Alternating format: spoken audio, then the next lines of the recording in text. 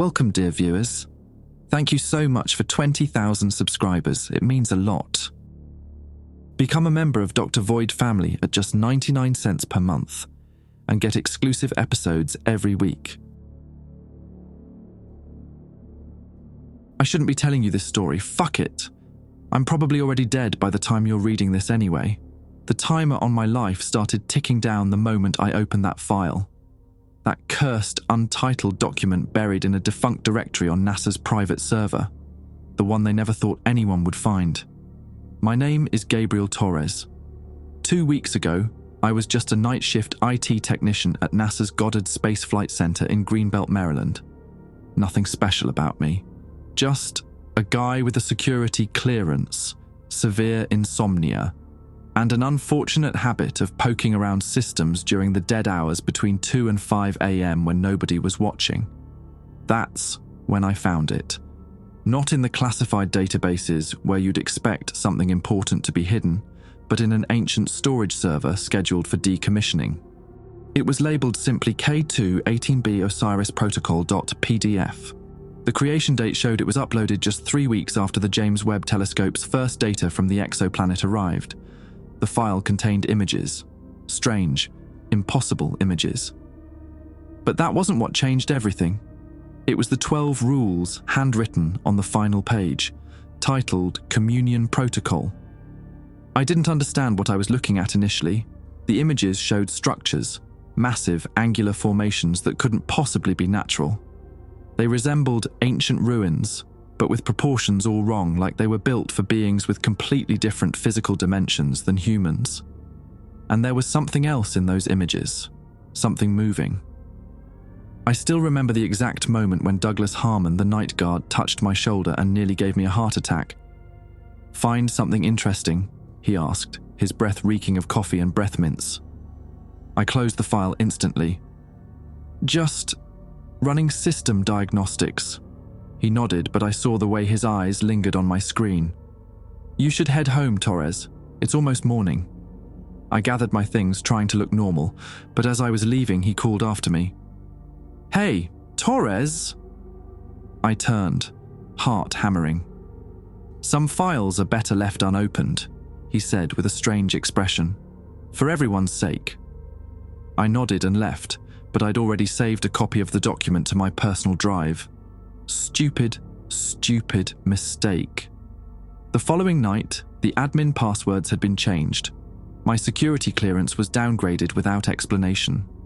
And in the break room, I overheard 2 researchers from the Exoplanet division whispering about protocol violations and signal containment. That's when the dreams began. The same dream, every night. I'm standing on a desolate plain beneath a copper-colored sky. In the distance, a massive structure pulses with faint blue light. And always, without fail, there's the voice. Not human, not even sound, really. More like thoughts being poured directly into my mind. Follow the rules. 12 steps to communion. Begin the sequence. I ignored it at first, tried to forget what I'd seen. But then Douglas didn't show up for his shift, or the next. When I asked about him, my supervisor just said he'd transferred. His social media accounts disappeared overnight. That same day, I received an unmarked envelope in my mailbox containing a single page with 12 numbered rules and nothing else. The handwriting matched the document I'd found on the server. These are those rules. I'm sharing them with you now because I've already broken Rule 7 and there's no going back for me. But maybe you'll be smarter. Maybe you'll understand what I couldn't. Or maybe you'll make the same mistakes I did. Either way, I need someone else to know. Someone needs to know what we found out there. What found us. The first thing I did after finding that envelope was check my apartment for bugs. Call me paranoid, but when you work in government facilities long enough, you develop a sixth sense for when you're being watched. I tore apart light fixtures, checked behind electrical outlets, and even dismantled my smoke detector. Nothing. But the feeling persisted, like phantom eyes tracking my every movement. I spread the 7 rules on my kitchen table, the paper already worn at the edges as if it had passed through many hands before reaching mine. The handwriting was precise, almost mechanical, the same as in the original file. Rule 1. Do not discuss the signal protocol with anyone. Observation without contamination is essential. Rule 2. When the dreams begin, record them in detail immediately upon waking. Burn the records before sunset. Never revisit the locations in your mind. Rule 3. If you notice unfamiliar patterns forming in everyday objects or surfaces, avert your eyes immediately. Do not attempt to complete or interpret these patterns. Rule 4. When the headaches begin, place a glass of water on your nightstand. By morning, if the water has changed color, drink it completely. If it remains clear, dispose of it without letting it touch your skin. Rule 5. When the calls begin, do not answer any communication between 3:42 a.m. and 5:17 a.m., regardless of who appears to be contacting you. Rule 6. If you feel an overwhelming urge to create or draw something, allow yourself exactly 18 minutes. Destroy the creation immediately afterward and wash your hands with salt water. Rule 7. After the final signal is received, you will experience a metallic taste and sudden clarity. Isolate yourself in a remote location for exactly 72 hours. Await further contact. I read through the list 3 times, trying to make sense of it. Was this someone's idea of a sick joke? But deep down, I knew it wasn't.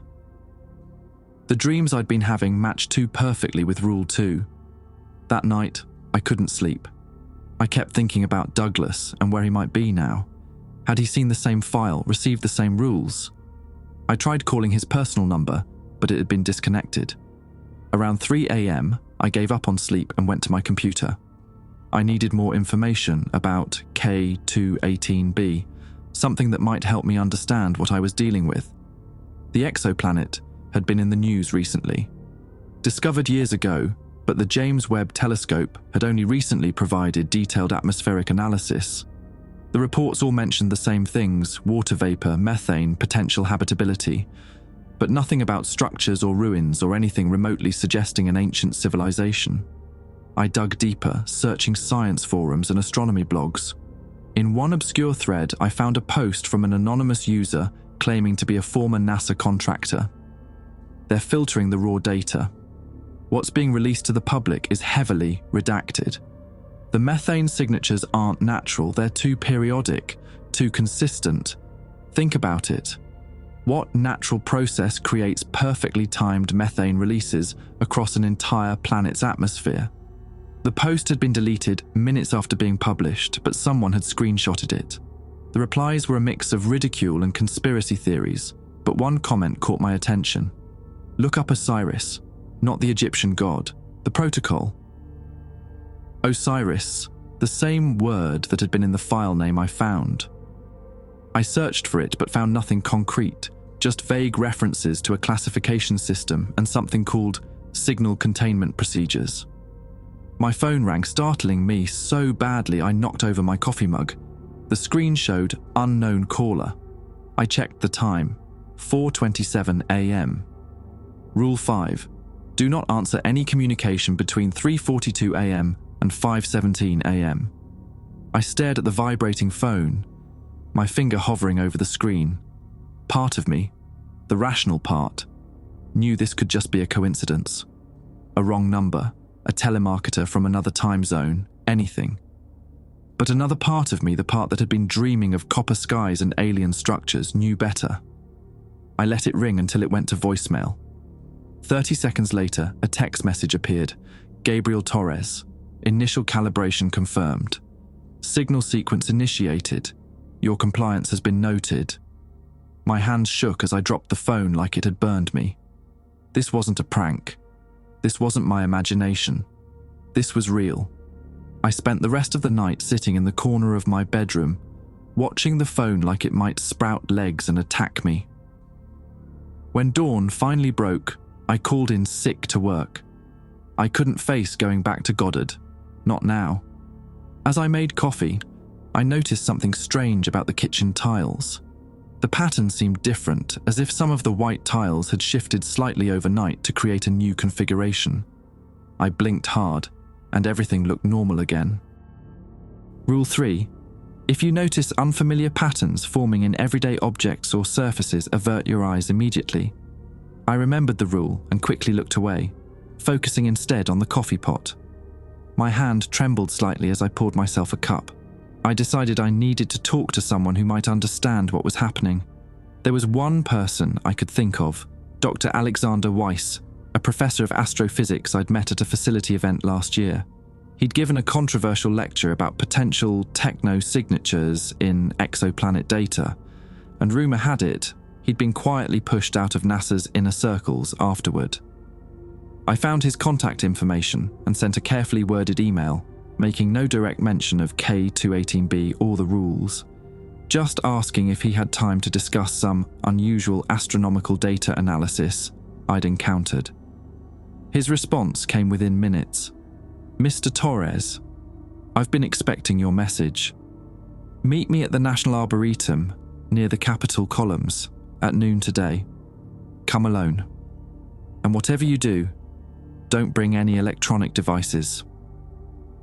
The message sent a chill through me.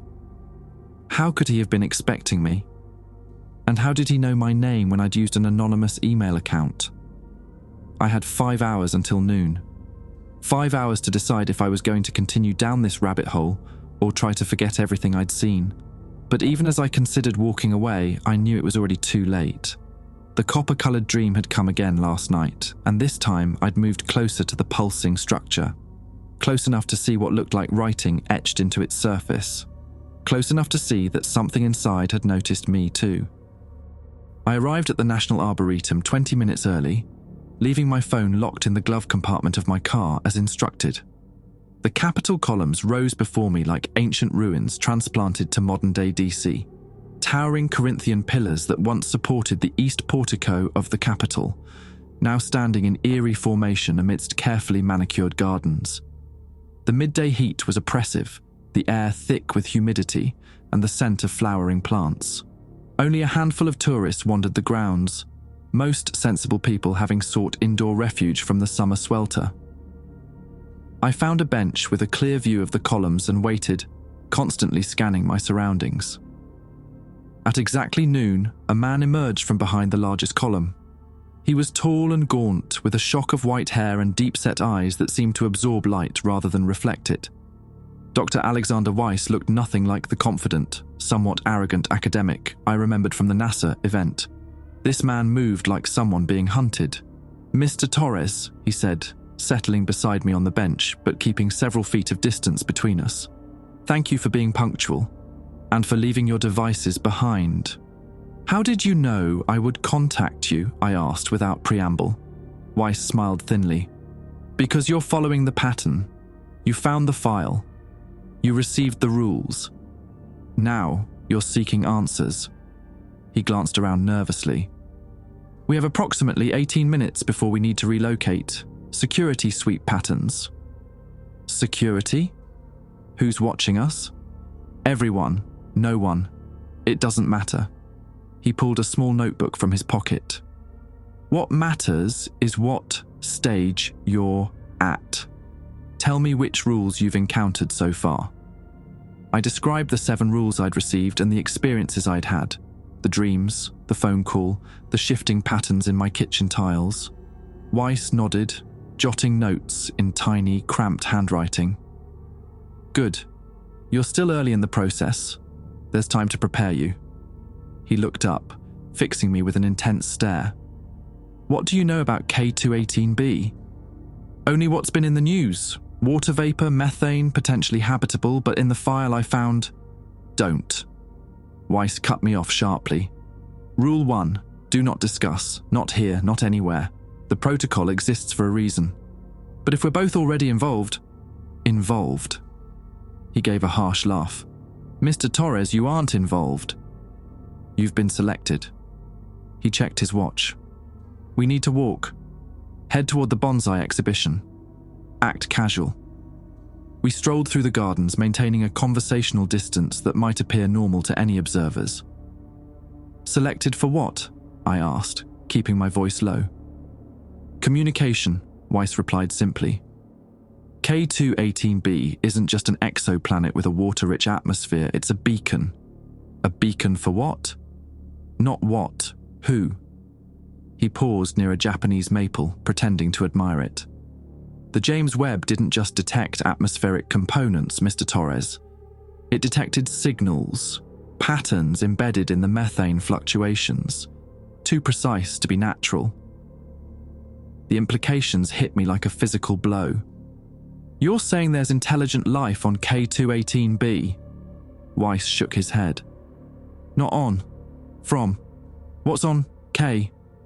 2-18B now are just the ruins, the remnants, the technology left behind, still operating, still reaching out. A chill ran through me despite the heat. And the rules? The dreams? The signal affects human neurochemistry in specific ways. The rules are protection, procedures developed after the first researchers who decoded the signal went insane. Or worse. His voice dropped even lower. The dreams are the first stage of calibration. Your mind adjusting to receive information it was never designed to process. We reached the bonsai exhibition, a peaceful collection of miniature trees housed in an open-air pavilion. Weiss led me to the furthest corner. How many others are there? I asked. How many people have received these rules? Initially, dozens. The entire first contact analysis team at NASA. Now? He shrugged. Perhaps a dozen worldwide. Some couldn't follow the rules. Some tried to go public. Some. He trailed off. What happened to Douglas? The security guard at Goddard who disappeared after seeing me with the file. Weiss's expression darkened. Rule 3 violation, most likely. The patterns got to him. Once you start trying to complete them, trying to make sense of them with a human mind. He made a small exploding gesture with his fingers near his temple. Jesus, I whispered. The rules exist for a reason, Mr. Torres. They're not arbitrary. They're a firewall for your sanity. But what's the point? Why am I being, what did you call it, calibrated? Because something wants to be heard. Something ancient. Something that existed when K2-18B was at the center of a vast civilization spanning multiple star systems. Weiss leaned closer. NASA knows. They've known since the first week of Webb's observation of the planet. Those structures in the images you saw, they're real, and they're not natural formations. My mouth went dry. So what happens when all 7 rules have been fulfilled? What happens at the end of the process? Communion, Weiss said simply. Direct contact with whatever intelligence embedded itself in those ruins. And the people who've completed the process? What happens to them? A shadow crossed Weiss's face. They change. How? They understand things they shouldn't be able to understand, see things invisible to normal human perception, and they all insist on the same thing, that we need to prepare. Prepare for what? Their return. Weiss checked his watch again. We need to move. We've been in one place too long. As we exited the bonsai exhibition, I noticed a man in a dark suit standing near the entrance, pretending to read a brochure. Something about his posture seemed wrong. Too still, too focused despite his casual appearance. Weiss noticed my attention shift. Don't look at him, he hissed. Rule 3 applies to people too. Some of them aren't what they appear to be. We walked briskly towards the herb garden, maintaining a measured pace that wouldn't attract attention. So what am I supposed to do? I asked. Just follow the rules and let whatever this is rewrite my brain? You don't have a choice anymore, Weiss said bluntly. The process began the moment you opened that file. Your options now are to follow the rules and survive the transformation, or break them and end up like Douglas. There has to be another way, a way to stop it. Weiss stopped abruptly, turning to face me. Listen carefully, Torres. I've been tracking this phenomenon for 3 years. I've seen what happens to people who try to fight it. The signal has already encoded itself in your neural pathways. The dreams will intensify, the patterns will become harder to ignore, and when the headaches begin. He reached into his pocket and pressed a small bottle of pills into my hand. Take these when they start. They won't stop the process, but they'll make it bearable. I glanced down at the unlabeled white pills. What are they? A modified anti-seizure medication, developed specifically for this condition. By whom? That doesn't matter. Weiss glanced over my shoulder, his expression suddenly tense. Our time's up. Remember the rules, Torres, especially 5 and 7. When the final signal comes, you must isolate yourself completely, for your safety and everyone else's. Wait, I still have questions. We'll meet again. Botanical Gardens, Thursday, 10 a.m., East Entrance. He started backing away. And Torres? Start keeping a dream journal. When you burn the pages, use sea salt on the ashes. Before I could respond, Weiss turned and walked quickly toward the exit. I stood there for several moments, the bottle of pills heavy in my hand, watching his retreating figure until he disappeared around a hedge. As I made my way back to my car, I noticed the man in the suit again, this time speaking into his wrist microphone. And beside him, partially obscured by a decorative maple, stood another figure I recognized with a jolt of alarm. Douglas Harmon, the supposedly transferred security guard from Goddard. But something was off about him. His movements were too fluid, his posture too perfect. And even from a distance, I could see that his eyes never blinked. I quickened my pace, heart pounding. By the time I reached my car, my shirt was soaked with sweat that had nothing to do with the summer heat. That night, I dreamed of K2-18B again. But this time, I wasn't alone on that copper plain. In the distance, silhouetted against the massive pulsing structure, was a figure I somehow knew was Douglas. He was writing something in the dust, complex interlocking symbols that hurt my eyes to look at directly. When he finished, he turned toward me and smiled. His teeth were too numerous, too perfectly aligned. "The builders are waking up," he said, in a voice that resonated with harmonics no human vocal cords could produce. "And they remember us." I called in sick again the next day. The dream had left me shaken, images of Douglas and his too perfect smile lingering in my mind long after I'd woken. I brewed coffee, stronger than usual, hoping the caffeine might clear the fog that seemed to be settling over my thoughts. The morning passed in a blur of anxious pacing and fruitless internet searches. Everything I found about K2-18B was the same sanitized information.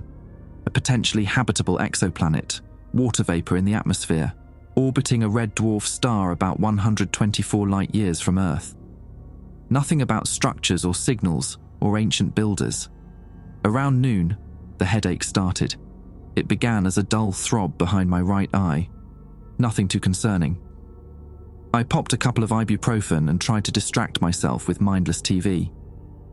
But within an hour, the pain had intensified, spreading across my forehead in waves of pressure that made my vision pulse in time with my heartbeat. Rule 4. When the headaches begin, place a glass of water on your nightstand. I staggered to the kitchen, grabbed a glass and filled it with tap water. The simple act of walking to my bedroom felt like navigating through thick mud, each step requiring deliberate concentration. I set the glass on my nightstand and collapsed onto the bed, pressing the heels of my palms against my eye sockets to relieve the crushing pressure. I remembered the pills Weiss had given me. With trembling hands, I retrieved the bottle from my jacket pocket and dry swallowed one of the small white tablets. The effect wasn't immediate, but within 20 minutes, the pain began to recede, replaced by an odd tingling sensation that spread from the base of my skull down my spine. My thoughts became strangely crystalline, each one perfectly formed and separate from the others. I found myself staring at the ceiling, tracing patterns in the subtle texture of the paint. Number not patterns. Rule 3. I forced myself to look away, focusing instead on the glass of water I'd placed on the nightstand. It looked ordinary enough, clear, still, reflecting the afternoon light from my window. Despite the medication dulling the worst of the headache, exhaustion pulled at me. I closed my eyes, just for a moment, and then I was elsewhere. I stood on the copper plane again, but closer to the massive structure than ever before.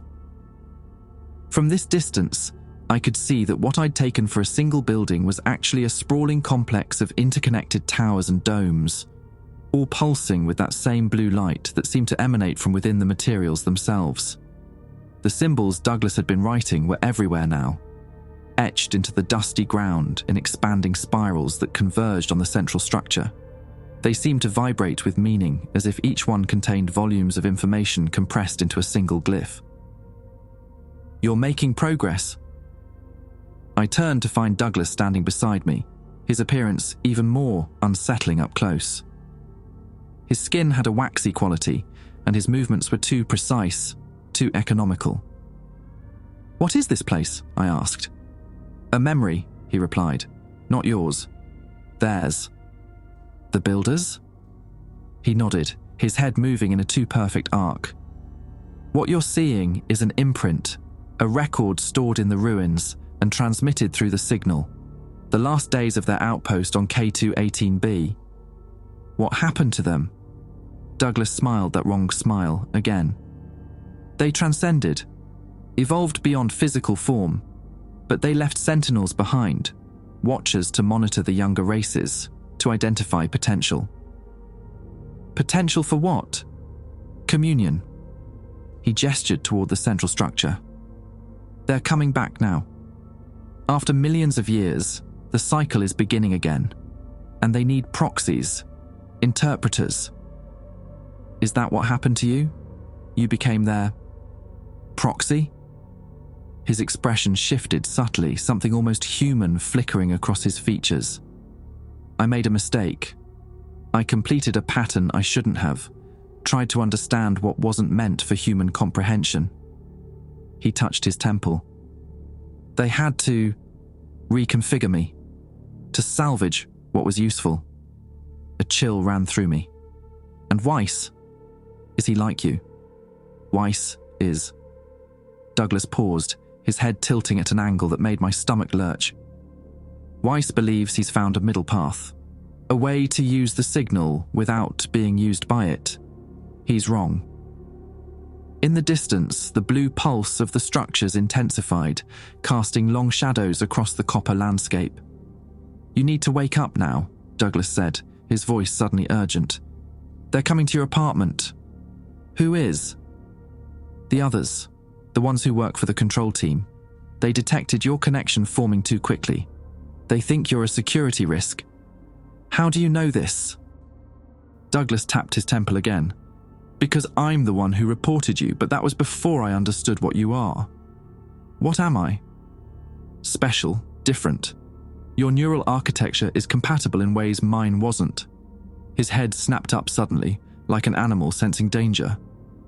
"Wake up, now, and drink the water." I jerked awake to the sound of knocking at my apartment door. Disoriented, I checked the time. 6:17 p.m. I'd been out for nearly 4 hours. The knocking came again, more insistent. "Mr. Torres." "Building management. We've had reports of a water leak in your unit." The voice was male, professional, completely ordinary, but something about it raised the hairs on the back of my neck.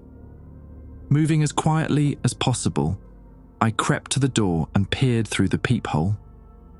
2 men in maintenance uniforms stood in the hallway. They looked normal enough. One balding and middle-aged, the other younger with a trimmed beard. But their posture was too rigid, their expressions too blank. "Mr. Torres, we need to check your bathroom fixtures. It'll only take a minute." I backed away from the door silently. My gaze fell on the glass of water I'd left on my nightstand. In the fading evening light, I could see that it had changed, no longer clear, but tinged with a coppery hue that matched the sky in my dreams. Rule 4. If the water has changed colour, drink it completely. The knocking grew louder, more demanding. Last chance, Mr. Torres. Open the door, or we'll use the master key. I crossed to the nightstand and lifted the glass. The water had an oily sheen on its surface, and when I tilted it, it moved with a viscosity that water shouldn't possess. Everything in me rebelled at the thought of drinking it, but I remembered Douglas's warning. And Rule 4. I drank it in 3 quick gulps. It tasted like metal and something else, something ancient and earthy. It slid down my throat like liquid mercury, heavy and somehow alive. The effect was immediate. My vision sharpened dramatically, colours becoming more vivid, edges more defined. Sounds intensified. I could hear the elevator at the end of the hall, the hum of the refrigerator in the kitchen, the breathing of the men outside my door. And I could sense something else about them. Something wrong. They weren't human, not entirely. Something else wore those maintenance uniforms. Something pretending to be men. I heard the jingle of keys outside my door. They were coming in. Adrenaline surged through me. I grabbed my wallet, keys, and the bottle of pills Weiss had given me, then slipped out onto my balcony. I lived on the 4th floor, too high to jump, but the fire escape was just a few feet away. If I could reach it. The front door opened just as I swung my leg over the balcony railing. I heard one of the maintenance men curse, followed by rapid footsteps crossing my apartment. I jumped, barely catching the edge of the fire escape's platform with my fingers. Pain shot through my shoulders as I dangled for a moment before pulling myself up and onto the metal grating. Looking back, I saw one of the men emerge onto my balcony. In my enhanced state, I could see that his movements were all wrong, too smooth, like a marionette controlled by invisible strings. His eyes met mine, and for a brief moment, they flashed with an internal blue light identical to the structures in my dream. I scrambled down the fire escape, metal clanging under my desperate footsteps. By the time I reached the ground, I could hear sirens in the distance getting closer. I ran, with no destination in mind, just away from my apartment, away from those things pretending to be men. The coppery liquid seemed to have heightened all my senses. I could smell rain coming hours before the clouds appeared, could hear conversations through closed windows, could see the faint glimmering traces that people left behind as they moved through the world. After 20 minutes of random turns and doubling back, I found myself in Rock Creek Park as twilight settled over the city. I collapsed onto a bench, gasping for breath, trying to process what was happening to me. My phone buzzed in my pocket, a text message from an unknown number. They're tracking you. Botanical Gardens meeting compromised. Go to the Air and Space Museum. Stephen Murray will meet you in the Exploring the Planets exhibition. Midnight. W. Weiss. But how had he known what happened? And who was Stephen Murray? The heightened senses from the copper water were beginning to fade, leaving behind a strange emptiness, as if I'd briefly touched something vast and was now returning to the limitations of normal human perception. I checked the time. 7:43 p.m. Over 4 hours until midnight. I needed somewhere to lay low. Somewhere they wouldn't think to look for me. As darkness fell, rain began to fall, gentle at first, then increasing to a steady downpour. I pulled my jacket tighter, seeking shelter under a densely leaved oak tree, and tried to process everything that had happened. Douglas in my dream, warning me about the maintenance men, the coppery water that had temporarily transformed my perception, the blue light in the false man's eyes, the same light that pulsed through the alien structures on K2-18B. None of it made sense, and yet all of it felt terrifyingly real. I leaned against the rough bark of the oak, rain dripping through the leaves onto my shoulders, and wondered what I'd gotten myself into, and whether there was any way out. The 7 rules no longer seemed like protection. They felt like steps in a process I didn't understand, a process that was changing me into something I might not recognize. I spent the next few hours moving randomly through the city, paranoia driving me to change directions frequently. Stick to crowded areas and avoid security cameras whenever possible. The rain had stopped, but the city remained slick and reflective. Street lights and neon signs creating disorienting patterns on wet pavement. By 11:30 p.m., I had made my way to the National Mall. The museums were long closed, the tourist crowds gone, leaving only the occasional jogger and a few homeless people huddled under blankets on benches. The Washington Monument loomed in the distance, its reflection shimmering in pools of rainwater. The Air and Space Museum stood dark and imposing. How was I supposed to meet someone inside a closed museum? As I approached, I noticed a side entrance where a security guard was smoking beneath a small overhang. He was young, probably early 20s, with a closely cropped beard and tired eyes. When he spotted me, he straightened up and flicked his cigarette into a puddle. "Torres?" he asked quietly. I hesitated, then nodded. "Murray sent me. Follow me and don't say anything." He swiped his badge at the door, and we entered a dimly lit service corridor. The guard led me through a maze of hallways past custodial closets and staff break rooms, finally emerging into the main exhibition space. Emergency lights cast long shadows across displays of rockets and aircraft suspended from the ceiling. "Straight through there," the guard said, pointing toward the planetary exhibition. "He's waiting. And hey," he caught my arm as I started to move past him, "whatever you do, don't break the rules." Before I could question him, he turned and disappeared back into the service corridor. The Exploring the Planets exhibition was a circular space with a domed ceiling, illuminated now only by small floor lights that traced the pathways between displays. In the center stood a man examining a scale model of the solar system. "Mr. Torres," he said without turning, "right on time." Stephen Murray was not what I expected. Middle-aged and slightly overweight, with thinning brown hair and wire-rimmed glasses, he looked more like an accountant than someone involved in a conspiracy about alien signals.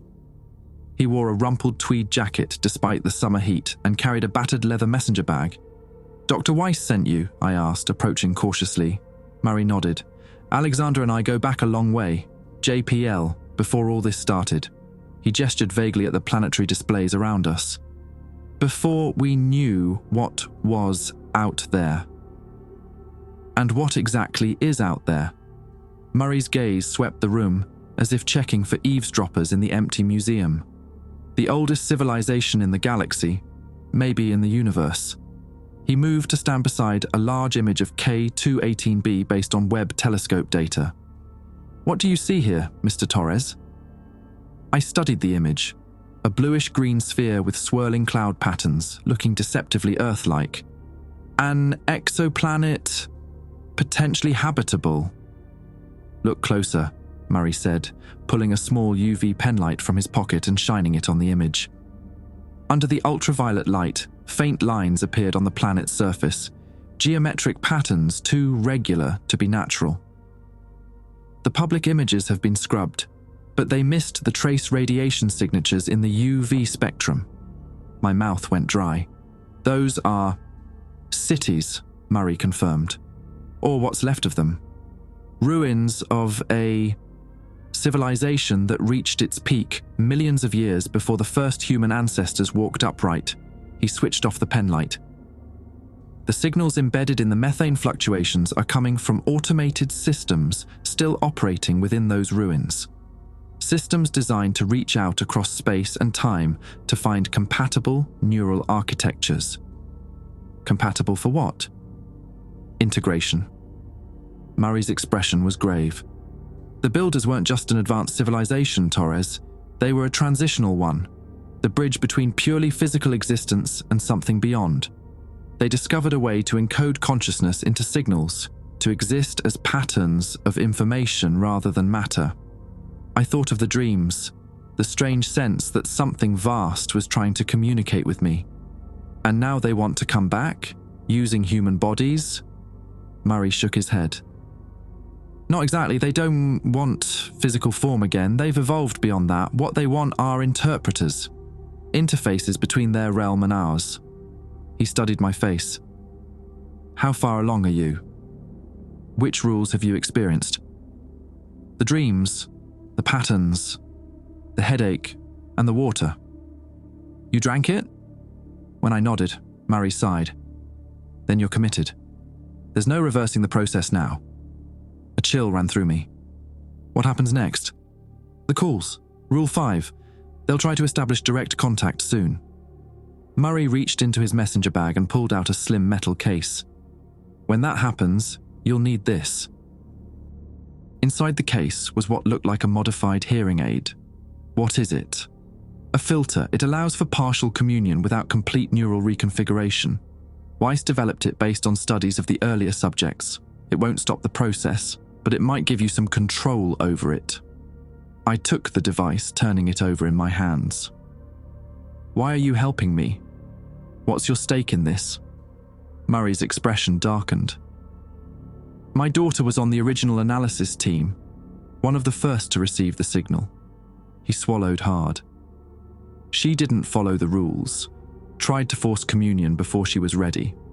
Now she's in a specialized facility in Virginia, trapped between states of consciousness. Sometimes she's lucid enough to warn us about what's coming. Which is what exactly? A convergence. The builders are gathering, preparing to re-enter our plane of existence through their chosen interfaces. Murray checked his watch. We don't have much time. The security systems will reset in 7 minutes, and we need to be gone. He handed me a sealed envelope. Inside is an address, a safe house in West Virginia where Weiss and the others are gathering. People like you who are in the process, but still themselves. Get there as soon as you can. And what about NASA? The people who are after me? 2 factions, Murray explained, already beginning to back toward the exit. The containment team wants to isolate and study anyone affected by the signal. They're the ones who came to your apartment, specialized agents altered by controlled exposure to the signal. And the other faction? The facilitators. They believe communion is inevitable and are trying to manage the transition. They're the ones who developed the rules in the first place. He paused. Weiss thinks there's a third option, finding a way to communicate with the builders without becoming their puppets. That's what we're working on at the safe house. A distant alarm sounded, and Murray tensed. That's the security reset starting. We need to go. He led me quickly through the exhibition, back toward the service corridor. The guard who let you in is one of ours. He'll see you out through the loading dock. From there, you're on your own until you reach the safe house. As we hurried through the darkened museum, I asked the question that had been gnawing at me. The rules, what happens if I break them now? What happens after Rule 7? Murray stopped at the corridor entrance, his face half in shadow. The rules exist to ensure your mind adapts gradually. Break them, and the signal overwhelms your neural pathways all at once. Best case, your consciousness fractures like my daughter's. Worst case. He hesitated. You become like Douglas, a perfect conduit with nothing human left inside. And after Rule 7? After the final signal? Nobody knows for certain. None of the subjects who've reached that stage are still accessible. But according to my daughter's more lucid moments, that's when the builders actually arrive. The alarm grew louder and Murray pushed me toward the corridor. Go. Now and Torres? His eyes were intense behind his glasses. Whatever you hear on the calls, whatever they promise you, remember they aren't human. They don't think like us. They don't value what we value. With that cryptic warning, he disappeared into the shadows of the museum. The guard met me halfway down the corridor and quickly ushered me through a series of maintenance areas to a loading dock at the rear of the building. There's a car waiting for you, he said, pointing to a dark sedan idling across the street. It'll take you as far as Rockville. After that, you're on your own. I stepped out into the night, the envelope with the safe house address heavy in my pocket. As I crossed to the waiting car, my phone vibrated. A text message from an unknown number. It's time for us to talk directly. Your preparation is nearly complete. The message was followed by an image. A symbol identical to one I'd seen etched into the structures in my dreams. Before I could process this, my phone rang. The The screen showed 3:42 a.m. exactly. Rule 5. When the calls begin, do not answer any communication between 3:42 a.m. and 5:17 a.m. I silenced the phone and slipped into the back seat of the sedan. As we pulled away from the museum, I looked back to see Murray watching from the loading dock. In the strange half-light, his outline seemed to waver and distort, as if he wasn't entirely solid. I blinked and he was normal again. Just a rumpled academic standing in the rain. But the momentary glimpse left me wondering, who in this entire scenario was still fully human? And was I? The sedan dropped me at a 24-hour diner on the outskirts of Rockville just before dawn. The driver, a taciturn man who'd ignored my questions throughout the journey, simply said, "Order breakfast. Someone will contact you," before pulling away. Inside, the diner was nearly empty. A trucker nursed a coffee at the counter while an elderly couple shared pancakes in a corner booth.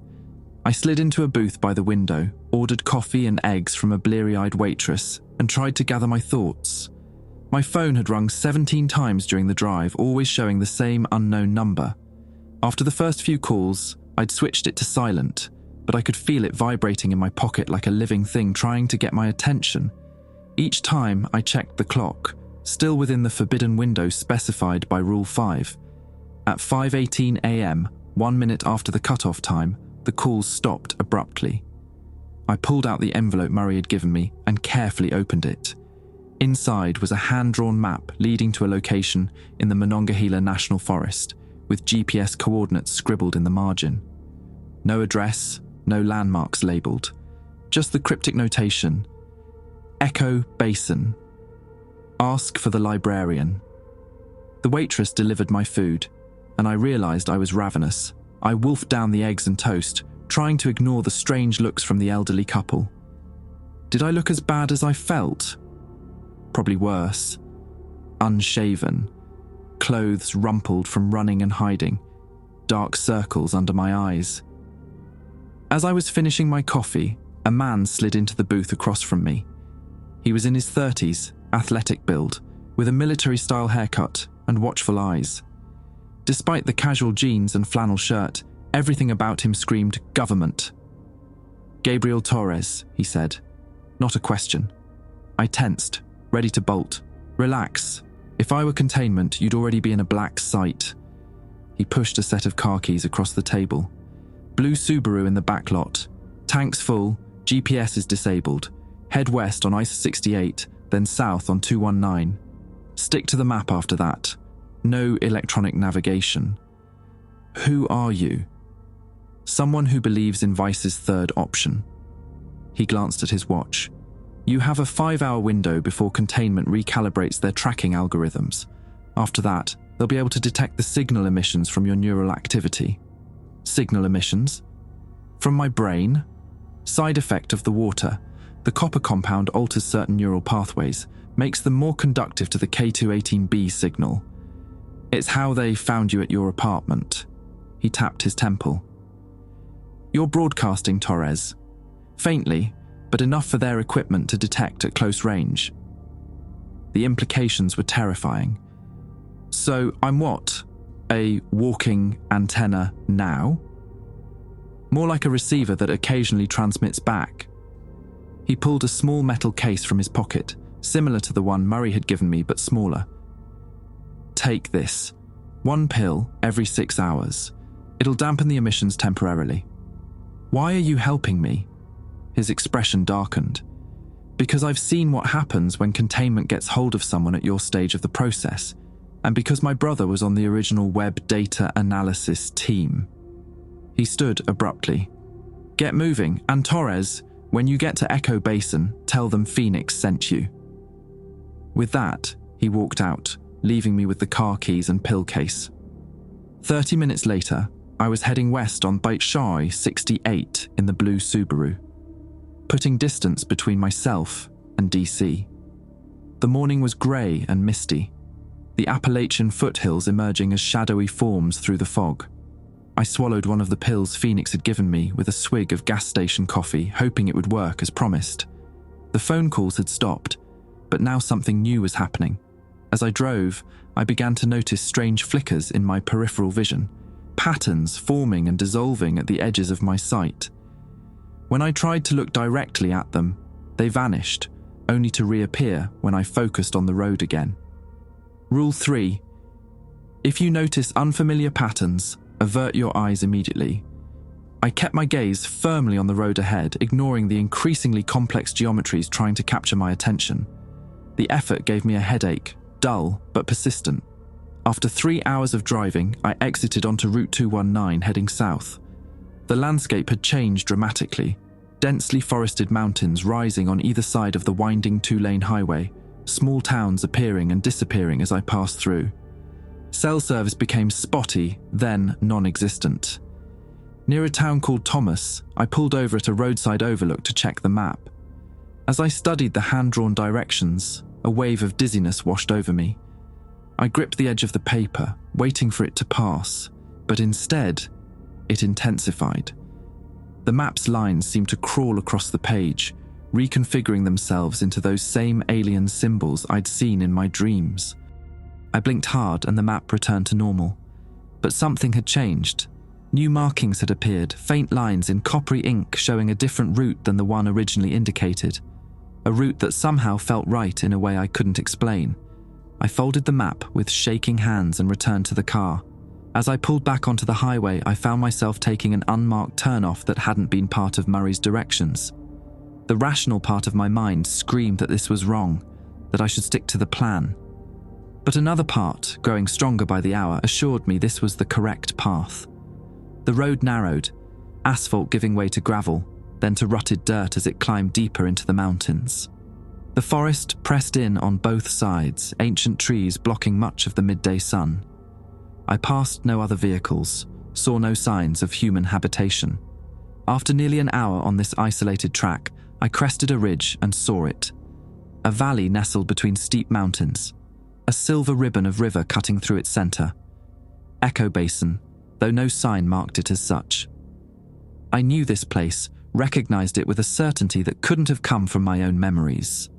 I'd seen it in my dreams, though there it had been under a copper sky, not the leaden grey of an approaching storm. The dirt road switched back down into the valley. As I descended, I noticed structures scattered among the trees, cabins and larger buildings constructed to blend with the forest, a small settlement hidden from the world.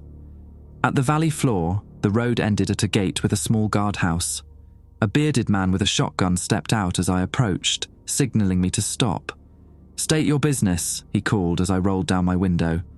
"I'm looking for the librarian. Phoenix sent me." His posture relaxed slightly, though he kept the shotgun visible. "Torres?" I nodded. "Been expecting you. Follow the main path to the big house." He unlatched the gate. "And stay on the marked trails. Some areas aren't safe." I drove through, following a packed dirt road that served as the settlement's main street. People were visible among the buildings, perhaps 30 or 40 in total, going about what appeared to be normal activities. A garden was being tended, wood was being chopped, repairs made to buildings. Yet something about the scene felt off. The movements were too coordinated, the glances my way too knowing. The big house turned out to be a restored 19th century farmhouse at the center of the settlement. As I parked and stepped out, the strange patterns at the edge of my vision intensified. Here they seemed almost solid, geometric forms overlaying reality like architectural blueprints imposed on the physical world. The farmhouse door opened before I reached it. A tall, slender woman with close-cropped silver hair stood in the entrance. Her eyes were hidden behind dark glasses, and she leaned on a white cane. "Gabriel Torres," she said, her voice carrying an accent I couldn't place. "I am the librarian. You're earlier than we expected." I took a different route. It wasn't on the map, but somehow, you knew it was right. She smiled faintly. "Of course you did. You're farther along than they realized." She stepped aside. "Come in. We have much to discuss before the storm arrives." The interior of the farmhouse had been converted into something between a research centre and a communal living space. The front rooms housed computer equipment and monitoring stations, while the back contained dining and sleeping areas. People moved purposefully through the space, some giving me curious glances. The librarian led me to a small study off the main room. Maps and astronomical charts covered the walls, along with printouts of data I recognized as spectroscopic analyses, likely of K2-18B's atmosphere. "Sit," she instructed, taking a chair across from me. Despite her blindness, she navigated the space with perfect confidence. "You have questions? Many of them. Ask. Who are you people? What is this place?" "We're the preservers, those who believe in communion but not submission." She removed her dark glasses, revealing eyes clouded with cataracts yet somehow alert. "Everyone here has been touched by the signal, but we've found ways to negotiate the terms of contact." "Through the rules?" "The rules are containment's creation, not ours. A clumsy attempt to manage a process they don't understand." She leaned forward. "Tell me about your dreams, Gabriel. What have the builders shown you?" I described the copper plane, the massive structures, the conversations with Douglas. As I spoke, the librarian nodded occasionally, her expression revealing nothing. "And you've begun to see the patterns? Even while awake?" "Yes, they're all around us, aren't they? Especially here." Echo Basin sits at a convergence point, a place where the barrier between states is naturally thinner. The indigenous people who once lived here called it the Whispering Valley and avoided it. She tilted her head. "Have you experienced Rule 6 yet? The urge to create?" I shook my head. "It will come soon. Perhaps tonight." She stood abruptly. "You should rest now. The final stages require strength."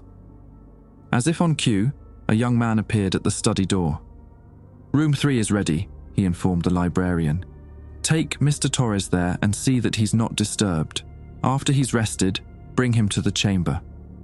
The man nodded and gestured for me to follow. "Wait," I said. "What's happening tonight? What's the chamber?" The librarian had already replaced her dark glasses.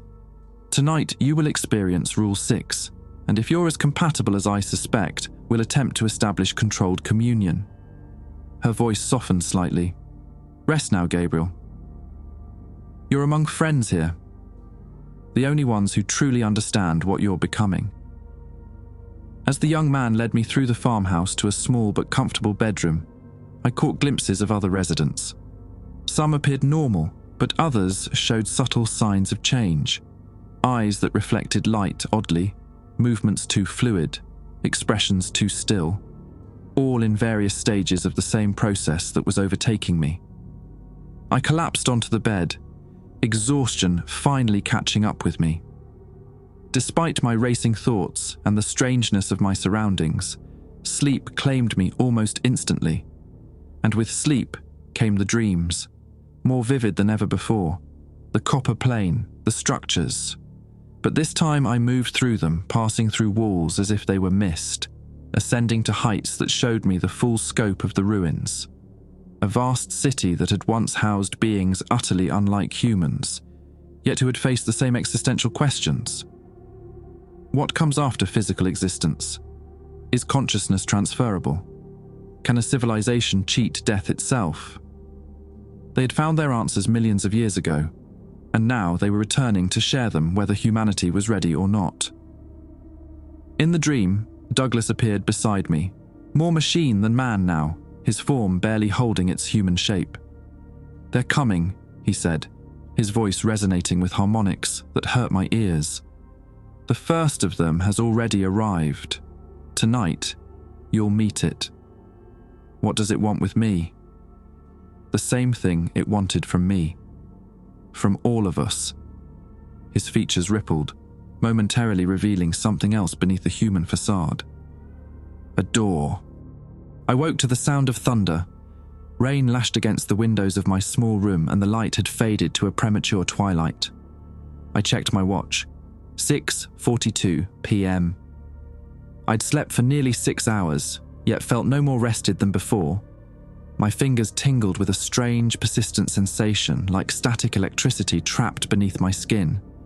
I flexed my hands, trying to shake it off, but the feeling only intensified. An overwhelming urge was building inside me, a pressure that demanded release. Rule 6. If you feel an overwhelming urge to create or draw something, allow yourself exactly 18 minutes. Destroy the creation immediately afterward. I needed to draw. Now the compulsion was sudden and absolute. I scrambled out of bed, searching the room for paper and something to write with. Finding nothing, I moved to the door and found it unlocked. The hallway outside was empty, but I could hear voices from somewhere deeper in the house. A low, rhythmic chanting that seemed to match the thunder outside. Following the sound, I found myself at the entrance to a large room that must have once been a dining hall. Now it was filled with people seated in concentric circles around a central point where a woman knelt on the floor. She was drawing rapidly on a large sheet of paper, her movements almost frenzied, face locked in an expression of ecstatic concentration. The librarian stood at the edge of the circle, her blind eyes somehow focused on the drawing taking shape. She sensed my presence immediately. "Mr. Torres." Right on time. She beckoned me forward. "Mira is experiencing Rule 6, as you will shortly." The pressure in my fingertips was becoming painful now. I clenched my fists, trying to contain it. "I need paper." "Yes." The librarian nodded to a young man, who immediately brought forward a stack of large sheets and a box of charcoal sticks. "We have prepared a place for you." She led me to an adjacent room where a drawing surface had been arranged on the floor, surrounded by candles that cast dancing shadows on the walls. The room smelled of incense and ozone, as if the approaching storm had somehow penetrated indoors. 18 minutes, the librarian reminded me, placing a small hourglass beside the paper. "Not a second more. Whatever you create in that time is a direct channel, an externalizing of what they're putting into your mind. It's dangerous to maintain the connection longer." She turned the hourglass and stepped back. "Begin." The moment my fingers touched the charcoal, it was as if I'd plunged my hand into an electrical socket. Energy surged through me, not painful anymore, but euphoric, a rush of sensation and information too vast to process consciously. My hand began to move across the paper with a will of its own. I drew with a precision and speed I'd never possessed, the charcoal leaving bold strokes that quickly formed into intricate, interlocking patterns. The same symbols I'd seen in my dreams. The same writing etched into the alien structures. But now I was reproducing them with perfect accuracy, as if I'd spent a lifetime studying this unknown language. The patterns expanded, filling the page with what I somehow knew was a schematic, a blueprint for something impossibly complex. My conscious mind couldn't grasp its purpose, but my hand kept moving, driven by knowledge that wasn't my own. As I drew, the storm outside intensified. Lightning flashed with increasing frequency, thunder shaking the old farmhouse to its foundations.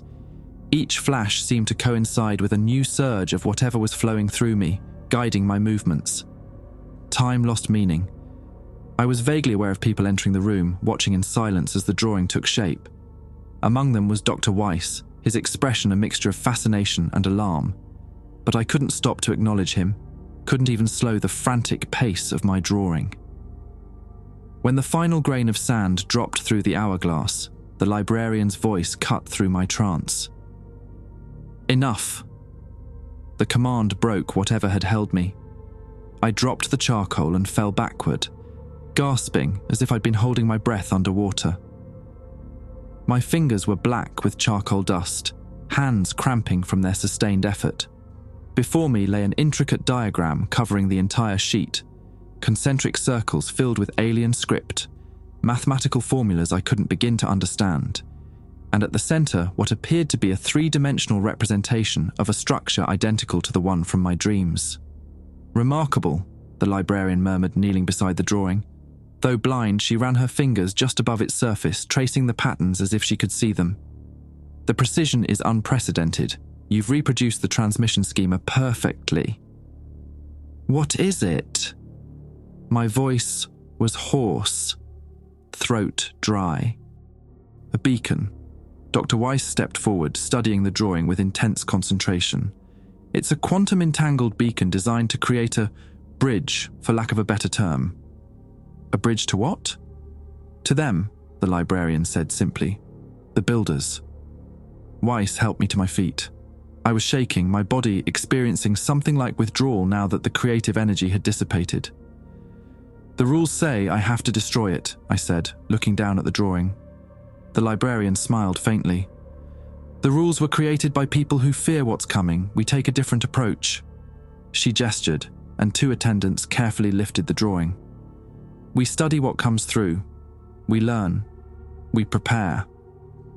For what? Let me show you. We followed the librarian through a hidden door at the back of the farmhouse and down a set of rough stone steps that appeared to have been carved directly into the bedrock. The passage descended deep into the earth, illuminated by strings of LED lights that cast more shadows than they dispelled. The air grew cooler and denser as we descended, carrying an odd metallic taste that reminded me of the copper-colored water I'd drunk. The walls of the passage gradually changed from rough-hewn stone to something else, a smooth, slightly iridescent material that didn't look natural or man-made. "What is this place?" I asked, running my fingers along the strange surface.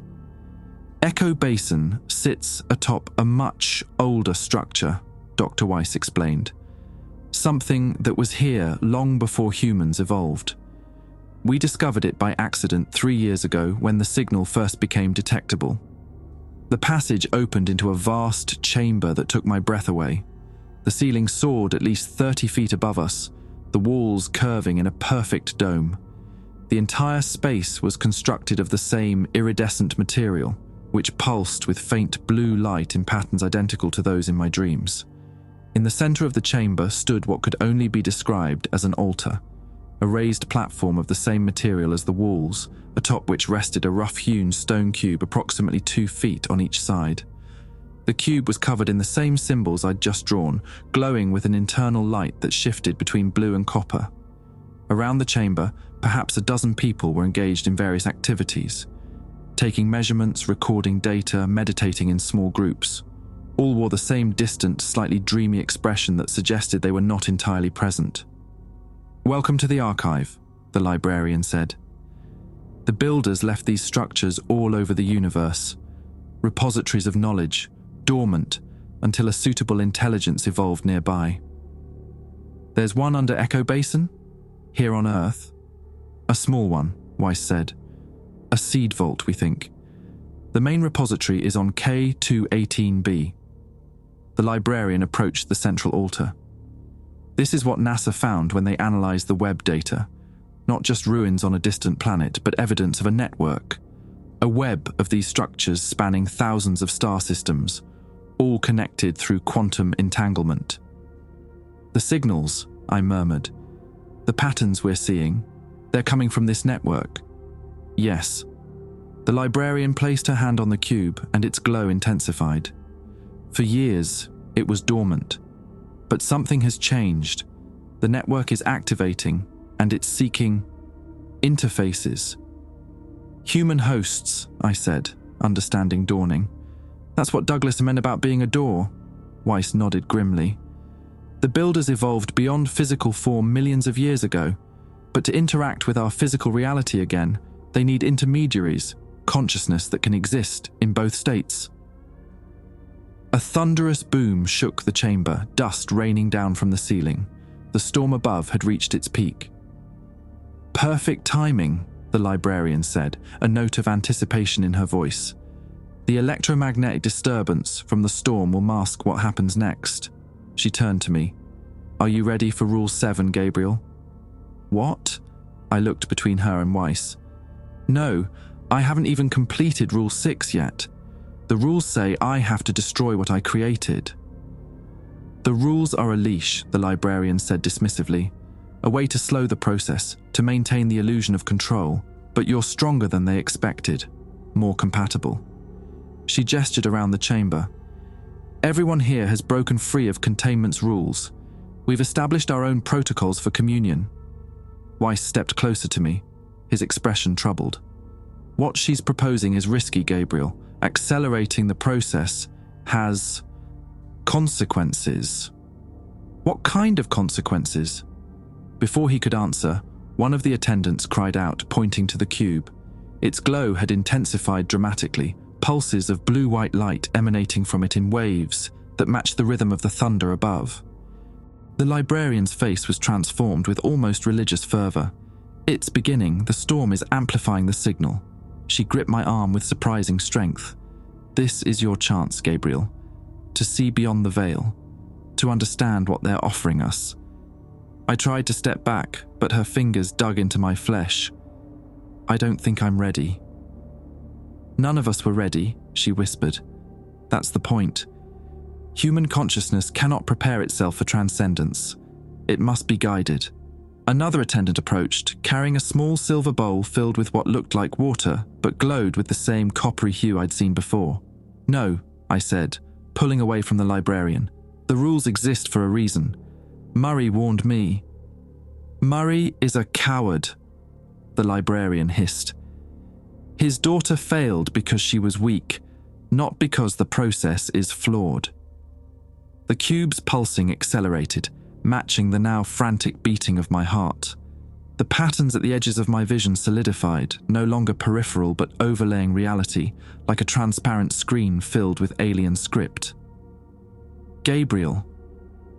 Weiss's voice seemed to come from far away. Whatever you decide, it must be your choice. Remember that. Your mind, your rules. The librarian raised her voice. The builders are waiting. The door is open. All you need to do is step through. As if summoned by her words, a figure materialized beside the cube. Douglas, or what had once been Douglas. His form was barely holding its human shape now, edges blurring, face a mask of shifting features. The final signal approaches, he said, his voice a chorus of overlapping tones. Choose your path, Gabriel Torres. Door or obstacle, communion or resistance. The chamber began to vibrate with increasing intensity. The glow from the cube expanded, tendrils of light reaching out toward me like living things, seeking connection.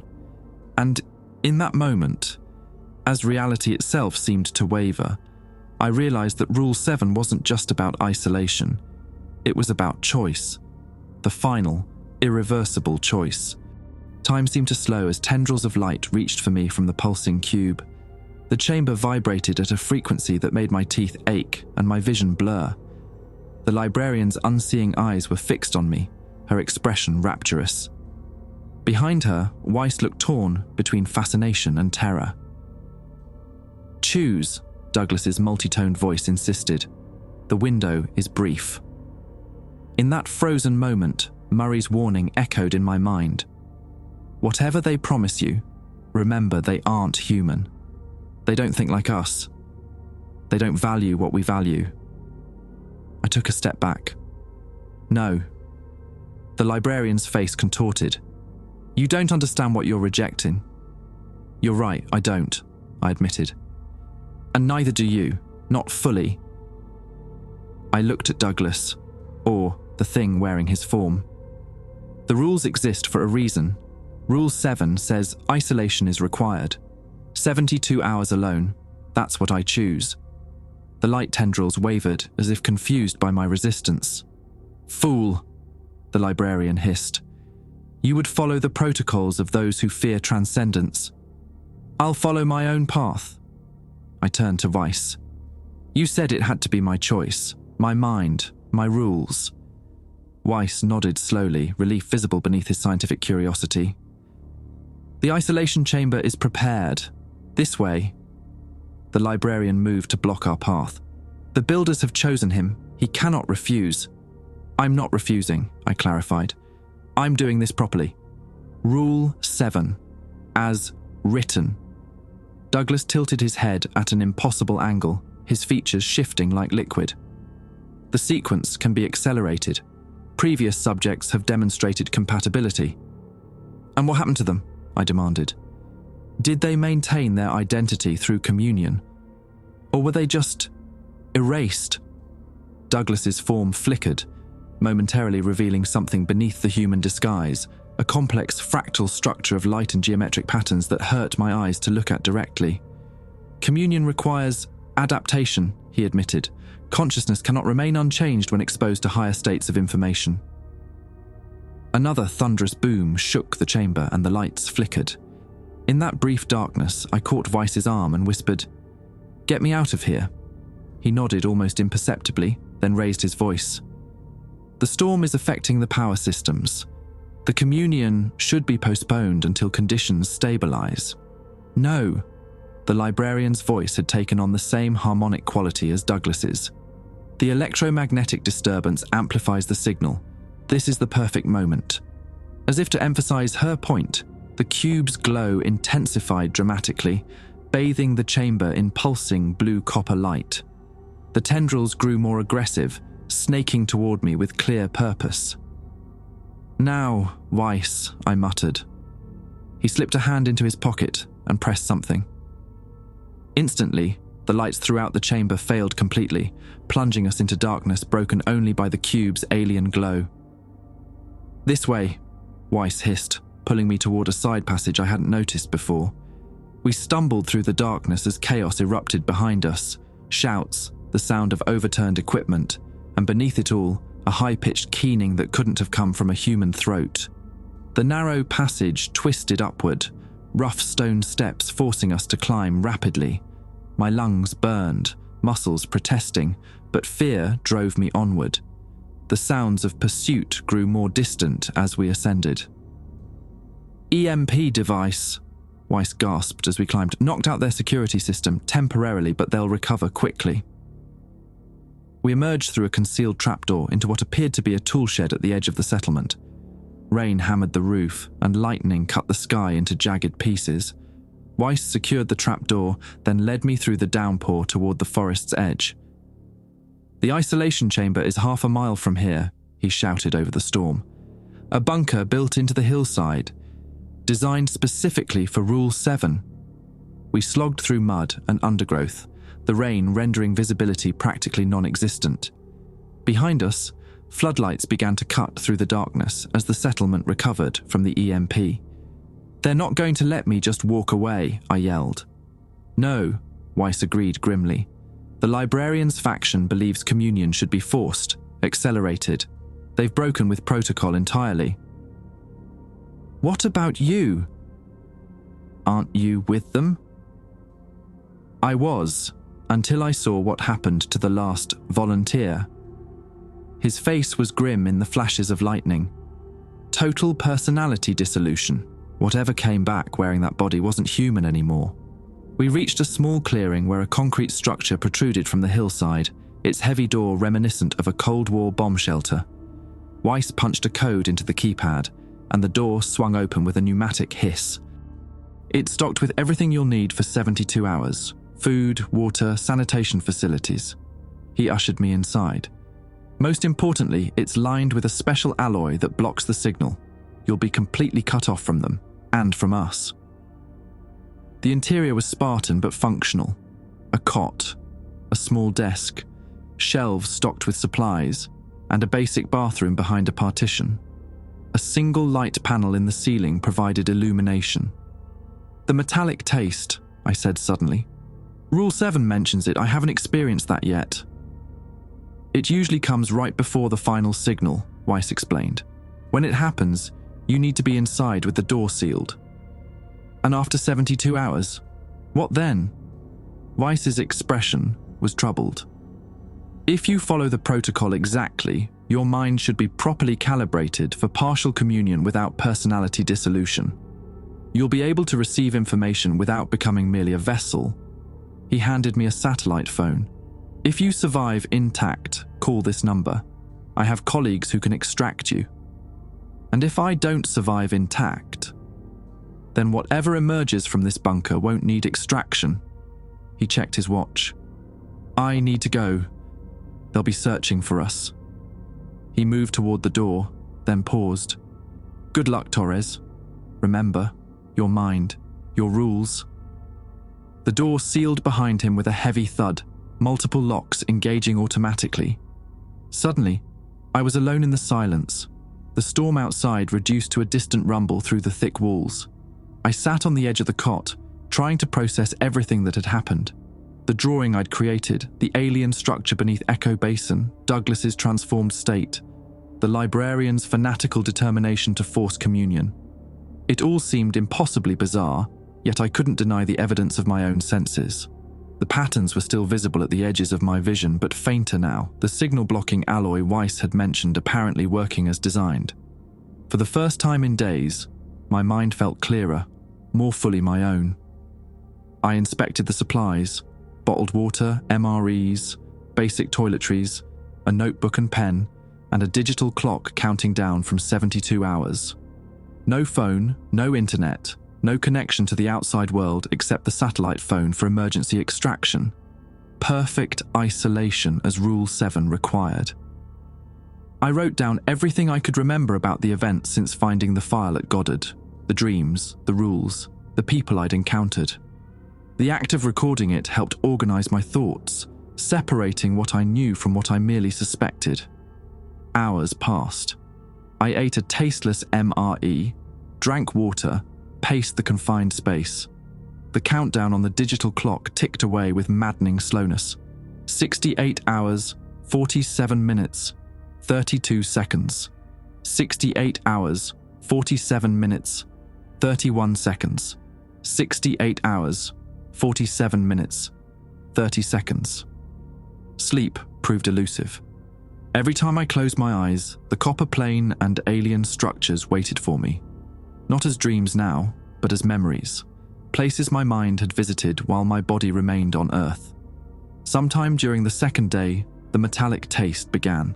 It started subtly, just a hint of copper on my tongue that I initially attributed to the bottled water. But it intensified rapidly, filling my mouth until I could taste nothing else. Along with it came a pressure in my sinuses and behind my eyes, as if my skull were too small to contain what was happening inside it. Rule 7. After the final signal is received, you will experience a metallic taste and sudden clarity. Isolate yourself for exactly 72 hours. Await further contact. I checked the countdown. 43 hours, 12 minutes, 7 seconds. Not even halfway through the required isolation period, and already the final signal was beginning. I remembered Weiss's warning that the process was accelerating, faster than containment's protocols had anticipated. The pressure in my head built steadily, accompanied by a high-pitched ringing in my ears that made concentration impossible. I lay on the cot, hands pressed to my temples, trying to ride out the pain. Then, abruptly, it stopped. The sudden absence of pain was so shocking that for a moment, I thought I'd passed out. But I was still conscious, still in the bunker. The metallic taste remained, but the pressure had vanished, replaced by an extraordinary clarity of thought. I sat up and gasped. The room had changed, or rather, my perception of it had. I could see the atomic structure of the walls, the quantum fluctuations in the air molecules, the spectrum of radiation from the light panel that extended far beyond visible light. And I could see them, the builders. They weren't physically present in the bunker. Rather, I perceived them as patterns of information, complex mathematical structures that existed in higher dimensions, but projected shadows into our three-dimensional reality. They were everywhere, had always been everywhere, though normally imperceptible to human consciousness. One of these patterns detached itself from the general background and approached me. Not physically, it didn't move through space in any conventional sense, but its attention focused on me with an almost tactile intensity. "Gabriel Torres," it communicated, not in words, but in pure meaning that my brain interpreted as language. "The calibration is complete. Communion is now possible." "Who are you?" I asked, speaking aloud, though I somehow knew it perceived my thoughts directly. "I am architect of bridges," the entity responded. A fragment of the greater consciousness you might call the builders. I have waited 2.7 million years for a compatible neural architecture to evolve on this world. What do you want from me? To remember. The pattern shifted, becoming more complex.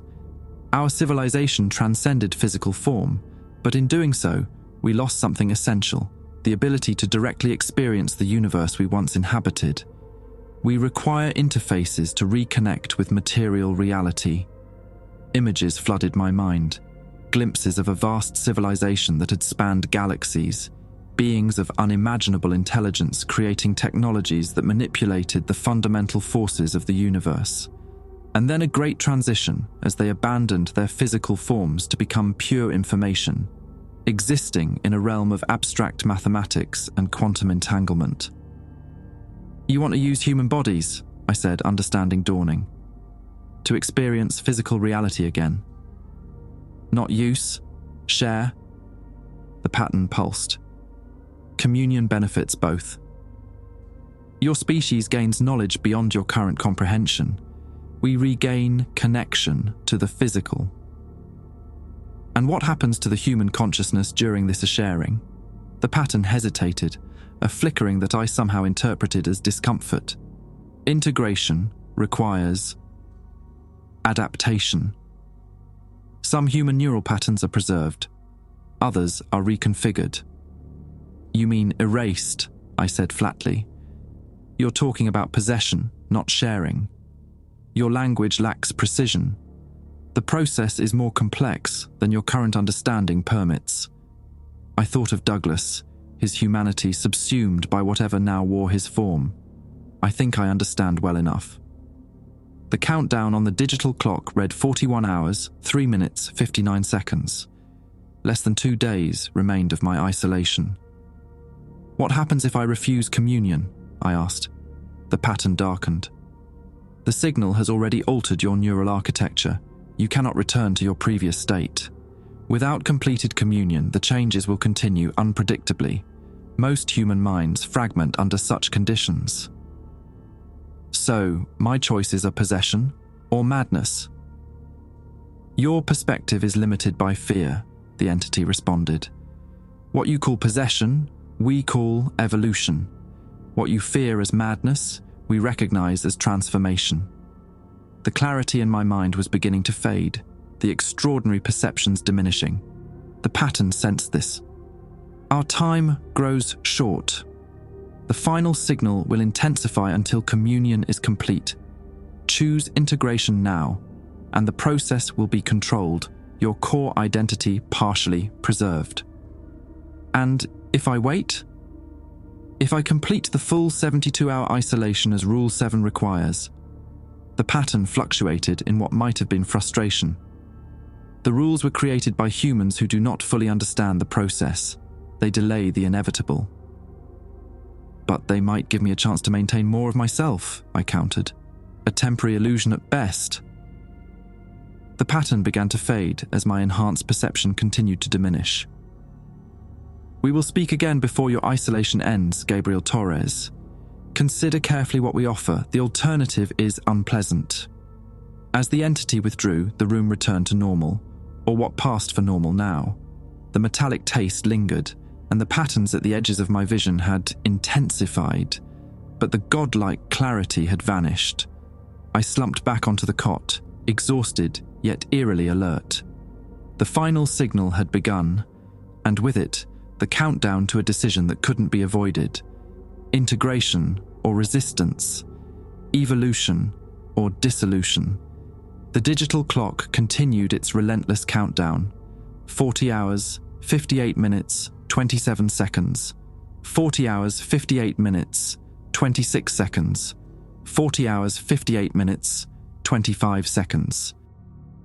I record this final entry from a research station in Antarctica, as far from population centres as I could manage.